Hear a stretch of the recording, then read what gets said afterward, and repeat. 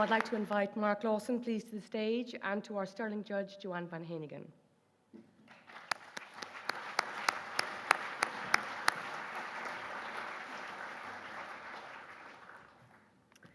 The RIBA is here to create the conditions in which good, sustainable architecture can flourish.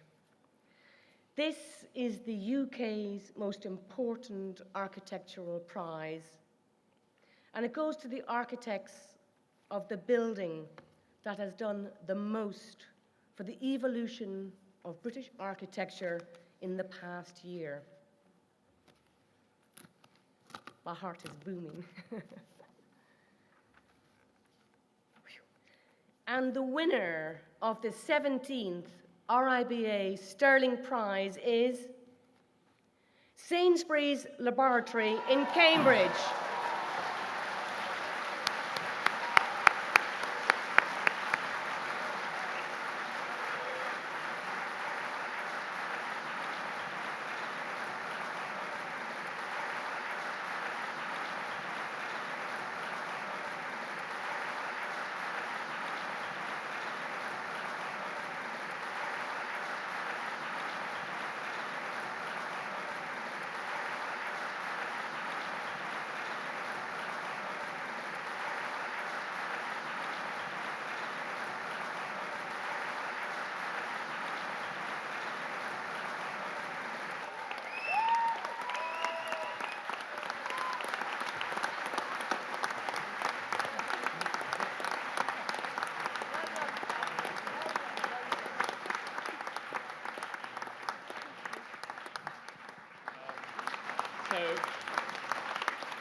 It was just one of those rare projects where everybody was pulling in the same direction and everybody wanted to achieve something very, very special.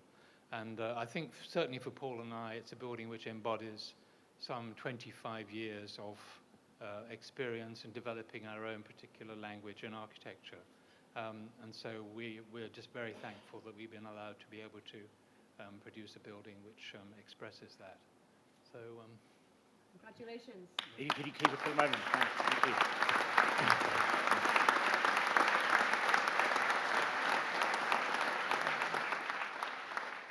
In a moment, we're going to find out from one of the judges why the award was won. But I was just going to ask you a couple of questions. Congratulations. The point Lord Sainsbury made in the film, which is that often in science it's been thought that the building was kind of irrelevant, that what mattered was the work that goes inside. And as we saw, the whole point was to try to reverse that, to give scientists somewhere to work that they deserved, as it were. Well, as I think David mentions on the film, plant sciences is often seen as the poor cousin of the sciences. Actually, it's an area of fantastic potential development and, of course, vital for the sustainable future for the planet. And so what they were doing in terms of a vision for what is a new institution, they wanted a new building that would express that and give it status for that future. Of course, the building is a recruitment tool. It's a new institution. They're hoping to attract scientists from all over the world to come and work there. So it's part of that ambition. Another thing you had to allow for was that within certain limits, if you design an English building or a maths faculty, they stay the same. Science moves very fast. It changes. There are sciences perhaps we don't even know about at the moment. And so it has to be flexible for that reason. Yes. When we asked them for the brief, I think the brief was, initially one page of A4 paper. It was, we don't know what the science is going to be.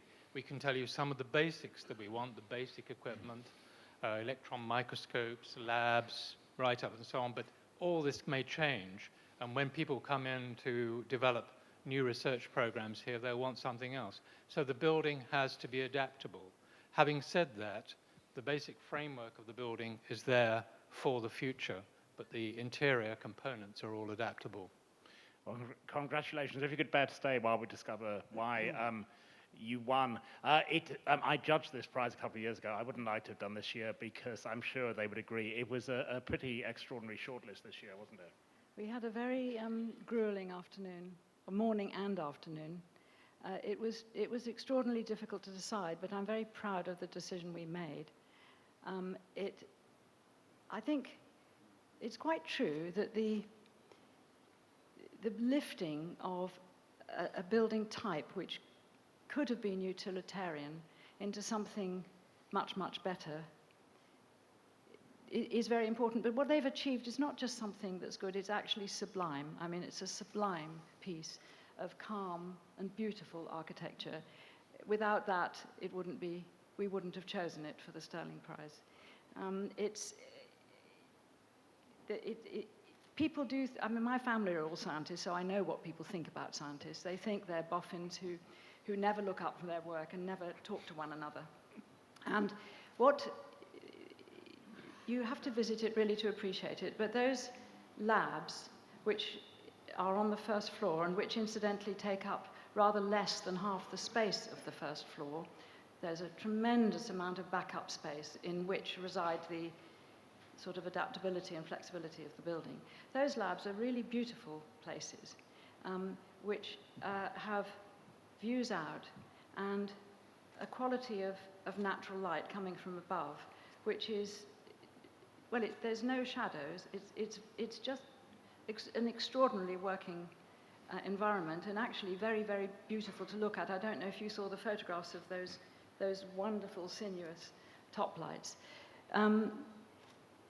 It wasn't an easy job either. I mean, you can say that about all the shortlisted jobs, but this had to deal with a very important historic environment, which is in the Botanic Gardens, and it's where Darwin used to walk with his tutor and mentor, Henslow, talking about the origin of species.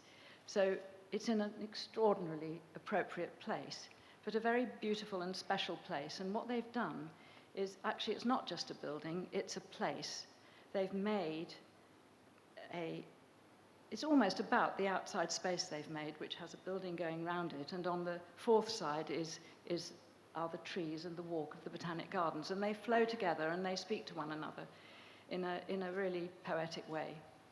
Also, what they had to do, can I carry on a bit more? You can, a little bit more, tiny bit more. Okay. Well, it's just that he went on longer than, anyway, he was right. No, anyway, the other thing is that the labs had to be very, very secure.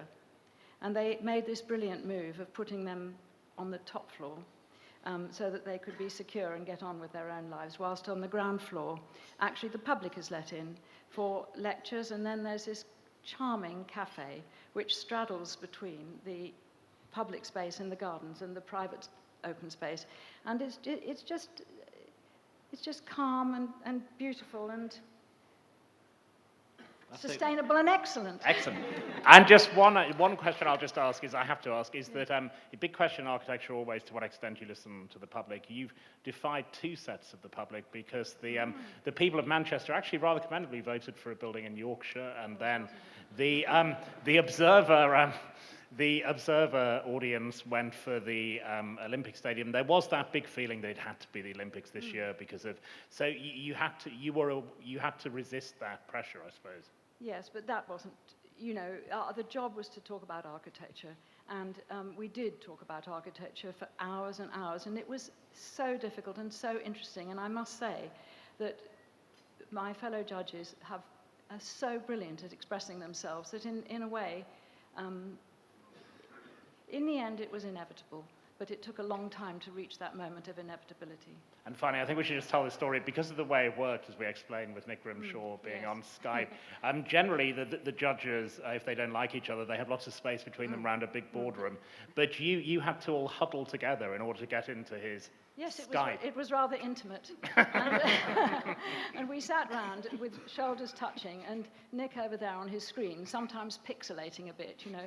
And, but he chaired it very well from there. And I think it was rather like being on a boat, you know, when you're all together and difficult circumstances. We rowed together towards that end. Well, like Nick Grimshaw, you can go and get completely pixelated in a moment, but we now, congratulations, and we hand back to Angela. Okay. Thank you. Thank you very much, team. Well done.